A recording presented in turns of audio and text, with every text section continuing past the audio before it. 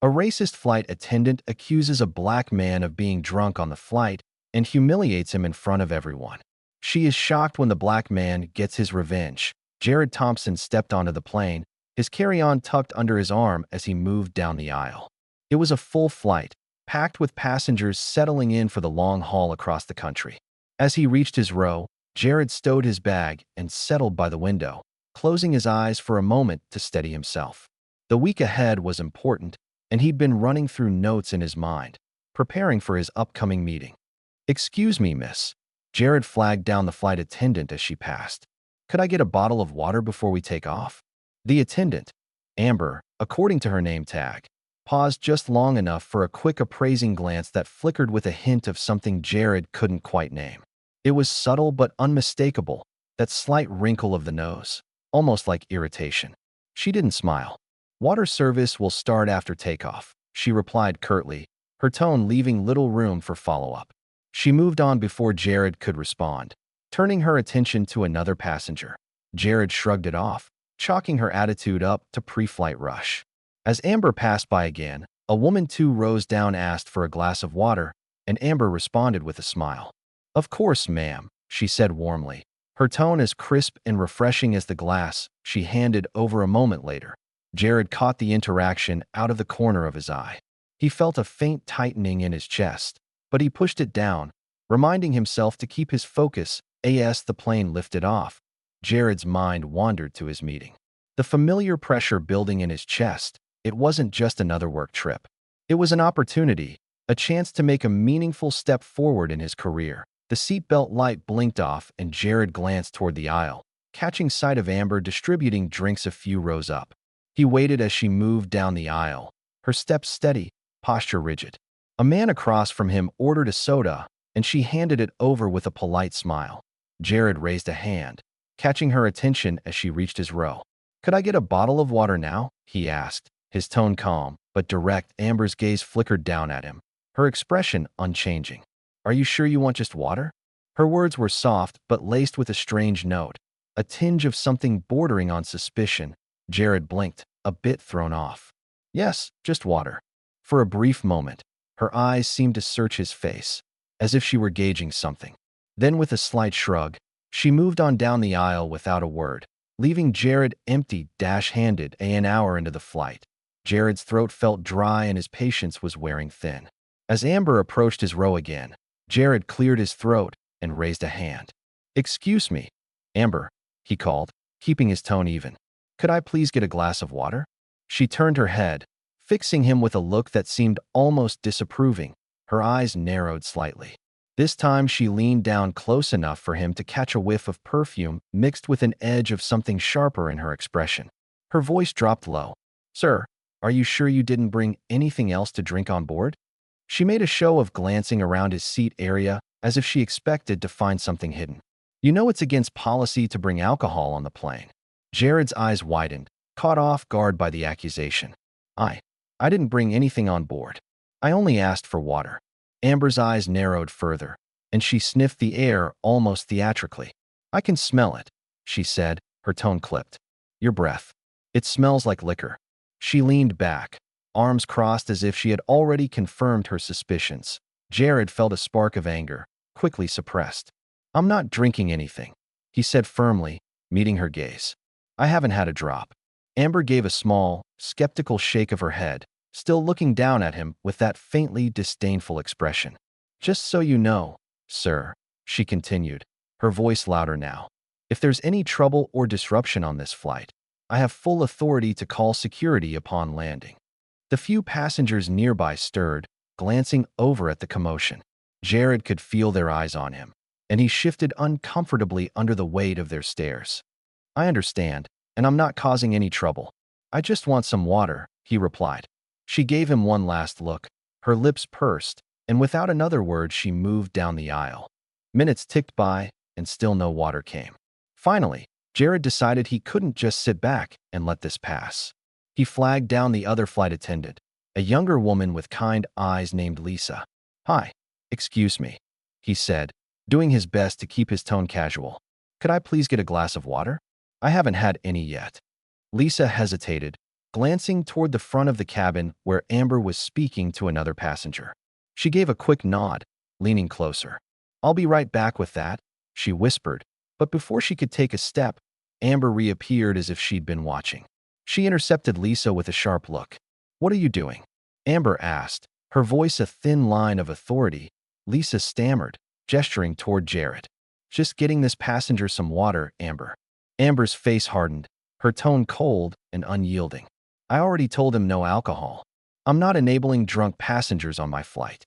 She turned her gaze on Jared, her eyes narrowed. "Are we clear?"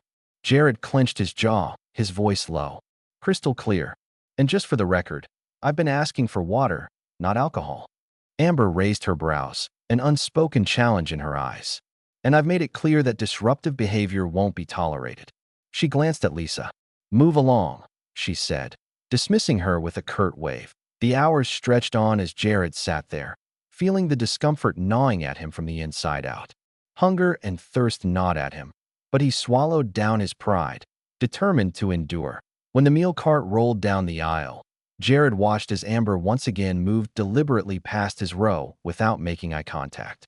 By the time the meal service was nearing its end, he couldn't ignore the ache of hunger any longer. "Amber, excuse me," he called out, forcing his tone to remain polite.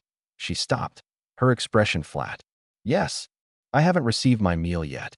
She looked him over, her expression hardening. "Are you sure you really need it?" she asked, her voice dripping with an almost mocking sweetness. "I mean, considering." She trailed off, letting the implication hang in the air. Jared's brow furrowed. "Considering what?" he replied, his voice edged with controlled irritation. Amber gave him a pointed look, crossing her arms. "You know," she said softly, casting a quick glance to the row behind him. "With whatever you've got in your system, I'm just saying, maybe you should skip it." Jared's patience snapped. "I don't have anything in my system. I haven't had a single drink, and I'd like my meal and a glass of water, like everyone else." Amber tilted her head, feigning innocence. "There's no need to get defensive. I'm just trying to ensure all my passengers have a safe flight. All I've asked for, multiple times, is water and food, which I believe I'm entitled to as a paying passenger," Jared said, his voice dangerously calm. A few passengers nearby were watching the exchange closely now, their eyes darting between Jared and Amber, their discomfort plain. Before Jared could say anything more, Amber leaned down closer to him, her voice low and icy. "Sir, if you continue to raise your voice and make demands, I'll have no choice but to report you for being uncooperative. We don't tolerate aggressive behavior here." Jared's mouth opened in disbelief. "Aggressive?" he echoed, his voice a low, incredulous whisper. "I'm just asking for basic service." She straightened up, shrugging with an air of finality. "Perhaps next time you'll think twice about your choices before boarding a plane," she said loud enough for others nearby to hear. At that moment, a man a few rows up, Mark, made eye contact with Jared, giving him a small nod before reaching into his own carry-on and pulling out a bottle of water. With a quick glance around to make sure Amber wasn't looking, Mark leaned over and extended the bottle to Jared. "Here," Mark whispered. "Looks like you could use this." Jared took the bottle gratefully, nodding his thanks. "I appreciate it." Just as Jared unscrewed the cap, Amber appeared at the end of the row. Her eyes zeroed in on the bottle in Jared's hand, and her face contorted in anger. She stormed over, snatching the bottle from him before he could take a sip. "Sir," she began, her voice dangerously low, "I made it clear that passengers are not permitted to consume outside beverages." Jared exhaled slowly. "Mark offered it to me. I haven't had any food or water since we took off." Amber scoffed, looking to Mark with a stern glare. "I'm afraid I'll need you to move to another seat," she told him. "We don't encourage passengers to interfere with each other's requests." Mark's expression was a mix of confusion and indignation.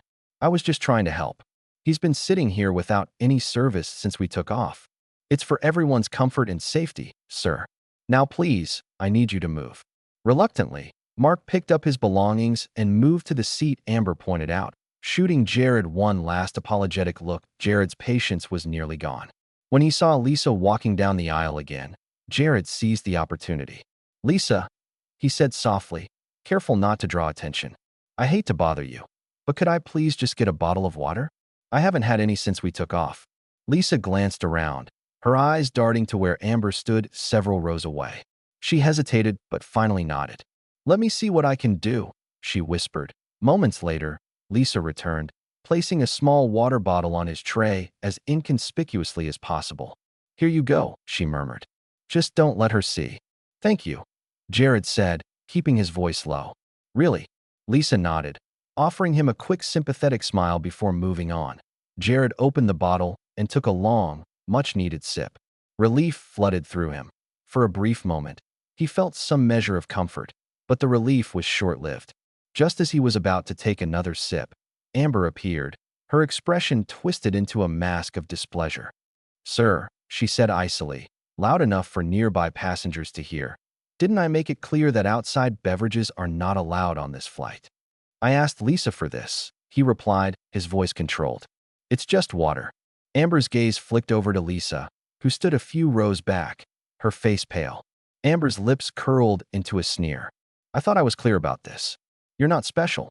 The rules apply to everyone," she said, her voice laced with condescension.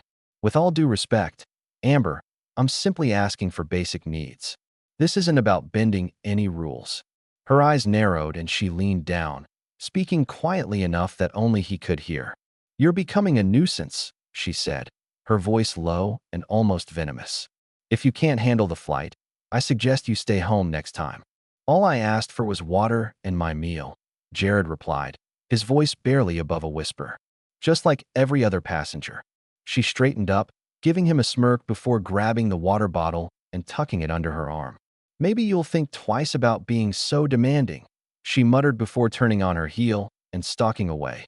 Jared raised his hand, his voice calm but firm. "Amber," he called, his tone steady and unmistakably serious. "I'd like to speak with a head flight attendant, please." Amber turned around slowly, a slight twitch in her jaw as she approached him. "You're looking at her," she replied, her tone dripping with superiority. "Then I need to know who I can file a complaint with," he continued, unshaken. "Your behavior has been unacceptable." A hush fell over the immediate area as passengers leaned in, straining to hear. Amber's eyes flashed with anger. "You want to file a complaint?" she asked, her voice rising slightly. "Go right ahead.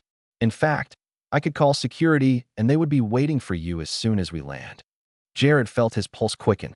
Her threat hung in the air, thick and ominous. "Fine," he replied, his voice steady, each word deliberate. "If that's what you think is necessary, I'll be ready to talk to them." Amber tilted her head, giving him a mocking smile. "Oh, I'm sure they'll be very interested in hearing about your behavior." Minutes crawled by as Jared sat in silent fury. He saw her approaching again, her lips curled into a tight, smug smile. She stopped by his row, her voice loud enough to gather attention. "Sir," she began, her tone polished but icy. "It seems you're struggling to follow our flight rules, and I've received multiple complaints about your behavior." "Complaints?" Jared asked, keeping his voice low and controlled. "I haven't been disruptive. All I asked for was water and my meal." "For everyone's comfort," Amber announced, a hint of satisfaction in her eyes, "I'm going to have to move you to a seat at the back of the plane." "There's been no disruption," Jared repeated, louder this time. "All I've done is ask for basic service." Amber's gaze hardened, her face twisting with barely concealed disdain. She leaned in close, dropping her voice though her words were laced with venom. "People like you always think you're entitled to special treatment," she said, a sneer tugging at the corners of her mouth. "You think you can demand things that aren't yours, make a scene, and expect everyone else to fall in line." Jared's stomach churned, his anger boiling over as he processed her words. "People like you." It was a phrase he'd heard enough times to recognize its ugly meaning. "I just want what I paid for, same as everyone else on this flight," he said, taking a deep breath and keeping his voice even as Amber's mouth twisted into a condescending smile. "Maybe if you acted more like everyone else, you wouldn't be having this issue." The words hung in the air, dripping with implication. Jared saw a few passengers shift uncomfortably, their faces revealing an understanding they didn't dare vocalize. "I deserve to be treated with respect, just like anyone else," Jared said, his tone steady and unyielding. Amber scoffed, her lips curling into a sneer. "Respect is earned, sir," she replied, the last word laced with disdain. "Now, If you're finished, kindly gather your things and follow me. Wordlessly, Jared stood, gathered his belongings, and followed her down the aisle. The walk to the back of the plane felt excruciatingly long, each step marked by the judgmental or uncomfortable stares of fellow passengers. Finally, they reached the last row, near the restrooms. She gestured to the cramped seat, her face betraying a twisted satisfaction. "This should help keep you out of everyone else's way," she said, her voice barely masking her contempt. Jared met her gaze, his face a mask of controlled anger. He refused to look away even as she leaned down, her voice dropping to a mocking whisper. "Consider it a little reminder," she said. "Maybe next time you'll remember that you don't own the world." The dull roar of the engines filled Jared's ears as he sat in the cramped, uncomfortable seat. Every passing second amplified his anger, the injustice gnawing at him. It wasn't just the thirst or the hunger or the humiliation. It was the final straw, the outright disrespect fueled by her own prejudices. He couldn't stay silent any longer. He unbuckled his seatbelt and stood, ignoring the stares of nearby passengers. He made his way up the aisle, his jaw clenched, determined not to let her get the last word. As he reached the front, Amber spotted him, her expression twisting into a smirk. "Back again," she said loud enough for everyone nearby to hear. "I thought you'd be comfortable back there." Jared's voice was low, steady, but filled with restrained anger. "I'm done being treated like this. I'm a paying passenger on this flight, and you've gone out of your way to make this miserable." Her smirk faded, replaced by a hardened glare. "I'm simply doing my job, sir. It's not my fault if you can't follow simple instructions." "Simple instructions?" Jared repeated, his voice rising. "I asked for water. I asked for food. Things that every other passenger has received without question. But when I asked, suddenly it's a problem." Amber crossed her arms, her face a picture of forced patience. "If you'd behave like everyone else, this wouldn't have happened. People like you always think you're above the rules." Jared's anger flared. "People like me?" he demanded, his voice sharp. "You mean what exactly? Say it." Her cheeks flushed, but she refused to back down. "I mean people who think they can get special treatment by causing a scene." She shot back, the disdain in her voice thinly veiled. "Special treatment." Jared's voice was nearly a shout now, and passengers all around were watching, wide-eyed and silent. "I've been nothing but respectful, while you've ignored me, skipped me during service, and accused me of things I didn't do. You're the one who's been making a scene, not me." Amber's face turned red, her eyes narrowing. "Sir, you need to lower your voice, or I'll be forced to have security escort you off this plane as soon as we land." "Escort me off?" Jared echoed, his tone filled with incredulity. "For what? For asking to be treated like a human being?" Nearby, a few passengers murmured in agreement, their whispers a quiet show of support. A man from a row back spoke up, his voice hesitant but loud enough to be heard. "He's right. We've all seen how you've been treating him." Amber turned her glare toward the man, her voice sharp. "Stay out of this. This is a matter between the airline and a disruptive passenger." The man didn't back down. "Disruptive? The only one making a scene here is you. The way you've treated him is completely out of line." Jared felt a flicker of relief, knowing he wasn't the only one who'd seen what was happening. Fueled by this support, he continued, his voice unwavering. "I've tried to be calm. I've tried to be respectful. But you've crossed the line over and over, and now you're trying to throw me off the plane just because I dared to stand up for myself." Amber's voice grew colder. "Enough. I warned you about your behavior, and now you're refusing to listen to instructions. Security will be waiting when we land." The murmurs from the surrounding passengers grew louder. One woman seated a few rows up turned to Amber, her voice tense with frustration. "This is ridiculous. We've all been watching, and he hasn't done anything wrong. You've been targeting him for no reason." Amber's face flushed, her carefully controlled facade beginning to crack. She glanced around, her eyes darting over the watching passengers, and for a moment, uncertainty flickered across her expression. But she quickly composed herself, her voice dripping with contempt as she addressed Jared. "If you can't handle following simple rules, maybe you shouldn't be flying at all," she sneered. "I'm done being quiet about this," Jared said, his voice ringing through the cabin. "You've treated me like I'm less than everyone else on this plane, and I'm not going to sit back and let you get away with it." Amber stepped closer, her voice a harsh whisper that only Jared could hear. I'm in charge here. You don't get to decide what's fair or not. You're nobody on this plane. Jared's expression hardened, his voice clear and unwavering. I may be nobody to you, but that doesn't mean you can walk all over me. I'm done playing by your rules. The surrounding passengers grew louder, a few more voicing their support for Jared, their words blending into a rising chorus of disapproval aimed at Amber. Her face blanched as she looked around, realizing that the situation was slipping out of her control. Finally, an elderly woman near the front called out, her voice strong and unwavering. Young man, you're not alone here. We've all seen what's going on. Amber's composure faltered, her eyes darting around in frustration and anger. But she quickly straightened, holding on to the last shreds of her authority. Everyone, please remain seated and let me handle this. The businessman who had offered Jared water earlier shook his head, his voice carrying through the tense silence. You're the one causing trouble here, not him. Jared met Amber's gaze, unflinching. I want a formal complaint filed, he said, his voice steady. And I'll be following up on it after we land. Amber opened her mouth to respond, but she was met with the stony faces of passengers who were no longer willing to look the other way. Her power, her authority, all of it seemed to dissolve as the passengers continued to murmur in Jared's defense. With a frustrated sigh, Amber turned on her heel and stormed down the aisle, leaving Jared standing in the silence of the cabin as the plane began its descent.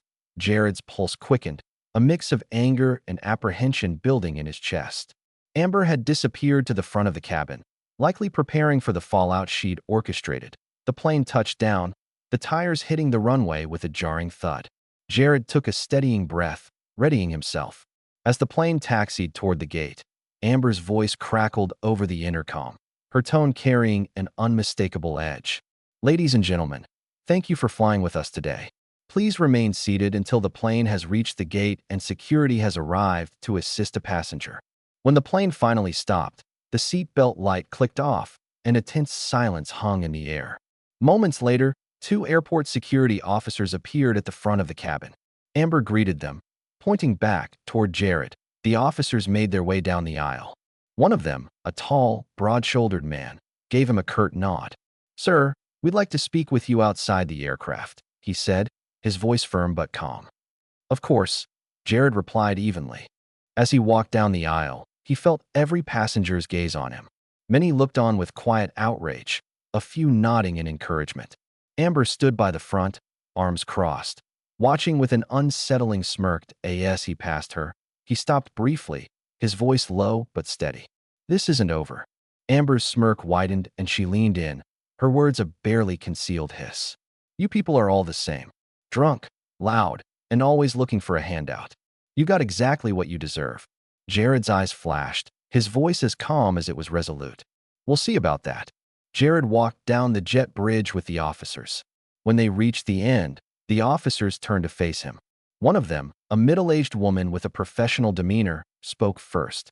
Sir, we understand there was an incident on the flight. Would you like to share your side of the story? Jared took a deep breath, recounting the events from his initial request for water to Amber's escalating mistreatment, her refusal of basic service, and finally her racist comments. He kept his voice level, laying out each detail with precision. The officers listened attentively, nodding as he spoke. When he finished, the female officer exchanged a look with her partner before looking back at Jared. We've already had multiple accounts from other passengers, she said, her voice professional yet empathetic. Several corroborate what you've just described, and it seems this situation may have been mishandled by the flight attendant. Thank you, Jared said quietly. I intend to file a formal complaint with the airline. The male officer nodded. That would be the best course of action. We'll make sure everything is documented from our end. Just then, a few passengers began exiting the plane into the terminal. Mark approached, holding up his phone. I recorded some of what happened, he said, looking at the officers. It's all right here, and it clearly shows how she treated him. The officers' faces brightened with interest, and Mark handed them his phone. One of the officers watched the video, frowning as Amber's confrontational tone and Jared's calm responses played out on the screen. This is incredibly helpful, the female officer said, nodding in appreciation to Mark. We'll be including this as part of the report. One by one, more passengers stepped forward, offering their own videos and recounting their experiences of Amber's behavior toward Jared. The officers documented each account, clearly taking the matter seriously. When Amber finally disembarked, she froze, her eyes widening slightly as she took in the scene. Security officers with collected evidence, passengers supporting Jared, and the unyielding expressions on the officers' faces. Her previously smug demeanor faltered. The female officer stepped forward, her tone now noticeably colder.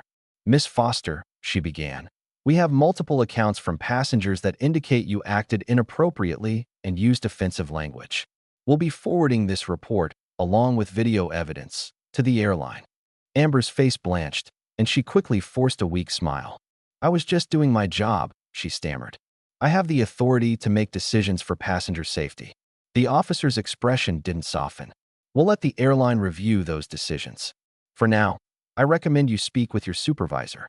Amber's face flushed with a mixture of anger and fear as she looked around at the passengers, many of whom were staring back with disapproval and judgment. Her gaze met Jared's, and he held it, his expression calm and unyielding. Without another word, Amber turned on her heel and walked away, her posture stiff, her face a mask of barely concealed shame and resentment. Mark clapped Jared on the shoulder, offering a warm smile. "I'm glad you stood up for yourself."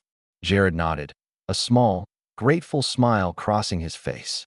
"Thank you, Mark. And thank you all," he said, looking at the other passengers who had gathered around him in support. A week after the flight, Jared received a call from the airline's customer relations department. They invited him to attend a formal review meeting, assuring him that his concerns were being taken very seriously. He agreed, determined to see this ordeal through to its conclusion. On the day of the meeting, Jared walked into the airline's corporate office with calm determination. The airline's review team greeted him politely and led him to a large conference room. As he sat down, the HR representative, a woman named Ms. Carter, addressed him with a respectful tone. "Mr. Thompson, thank you for coming in today. We wanted to hear your side of what happened in person. We've reviewed statements from other passengers and collected evidence, but your experience is important for us to understand fully. Thank you for giving me the chance to speak," Jared said to Ms. Carter gave a small, encouraging nod.